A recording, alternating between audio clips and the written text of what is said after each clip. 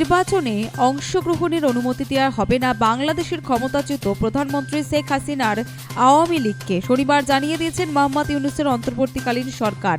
অত্যন্ত গুরুত্বপূর্ণ এমনই খবর জানা যাচ্ছে। তিনি সাফ জানিয়েছেন দেশের নির্বাচন কেবল বাংলাদেশপন্থী গোষ্ঠীগুলোর মধ্যেই প্রতিদ্বন্দ্বিতা করবে।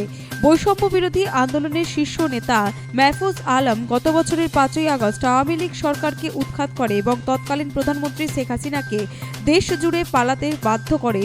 সেদেশের গণ অভ্যুত্থানের ক্ষেত্রেও নেতৃত্ব দিয়েছিলেন আলম। চাঁদপুর জেলায় এক পথসভায় তিনি ভাষণ দিতে গিয়ে বলেন, দেশের একজন প্রাক্তন প্রধানমন্ত্রী খালেদা জিয়া আর বাংলাদেশ জাতীয়তাবাদী দল বিএনপি, জামাত ইসলাম এবং অন্যান্যরা বাংলাদেশের প্রতিষ্ঠানগুলি তাদের রাজনীতি চালিয়ে যাবে। এদের মধ্যে কোনোটি একটি সুষ্ঠু নির্বাচনী প্রক্রিয়ার মাধ্যমে ভবিষ্যতে শাসন ব্যবস্থা প্রতিষ্ঠা করবে।